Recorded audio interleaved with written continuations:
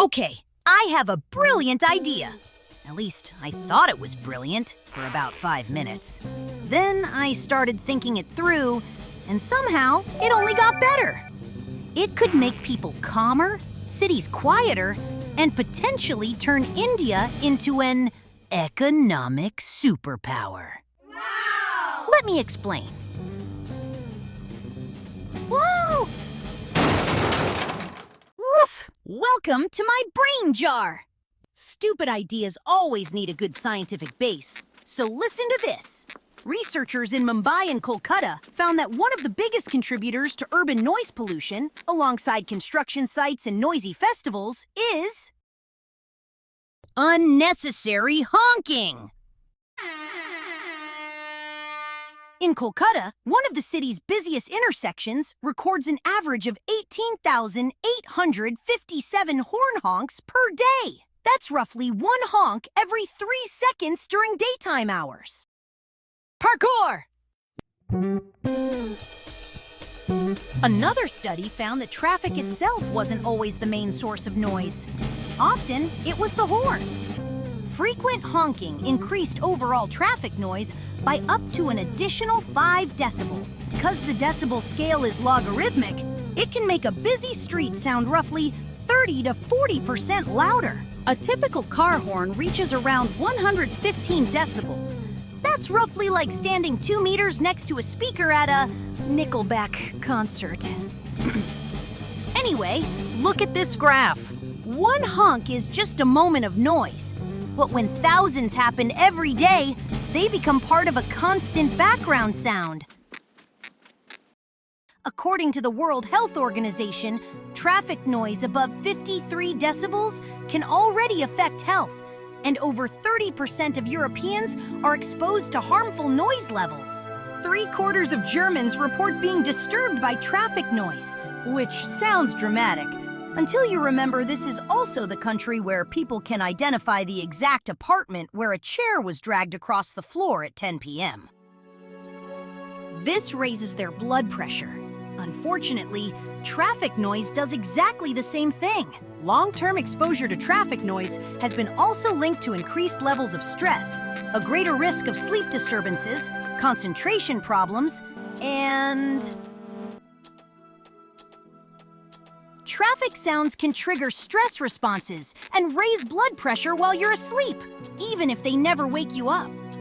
Of course, governments have already tried to solve this problem. Cities introduced no honking zones, handed out fines for unnecessary honking, and launched campaigns such as Mumbai's famous The Punishing Signal, where traffic lights reset whenever the noise level became too high. In theory, this should have worked. In practice, many drivers treated these measures the same way they treat speed limits, gym memberships, and the terms of service. So, after all that science stuff, here's the proposal. The Horn Observation Registry for Noise Yield. Every time you honk, you pay $1. Yeah, pretty simple, isn't it? To make this work, all new vehicles would come with a horn monitoring system built directly into the car by the manufacturer, and every honk gets recorded automatically. Wait, let me call Elon Musk to discuss it. Actually, never mind. He's probably busy solving world hunger with his $1 trillion. Yeah, wait! You're right, of course! This immediately creates a problem. If honking costs money, some drivers might hesitate in situations where they should use the horn.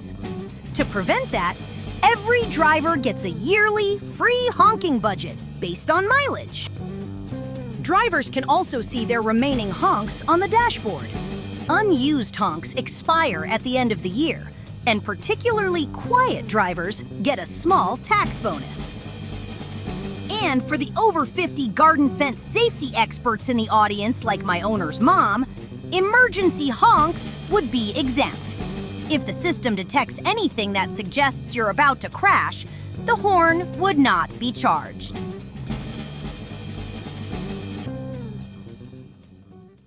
Unfortunately, Unfortunately, the plan still has a few flaws. Psychological studies suggest that people driving expensive cars tend to honk more often and take more risks on the road, which means the people most affected by this law might also be the people least bothered by paying for it. Wait, the control room is telling me that we have a future update from our correspondent in India, Future Brain Brian. Here in New Delhi, honking hasn't disappeared entirely, but it has dropped to a much lower level. Government officials, who appear quite enthusiastic about this new source of income, say it could fund a wide range of public projects. Reporting live from New Delhi, this is Future Brain Brian. Back to you in the brain jar, Brainy. Thank you for the update, Brian. Of course, people would also start looking for alternatives. Some drivers might simply shout out of the window instead. Others could use their headlights more aggressively, or rely on super loud engine noises.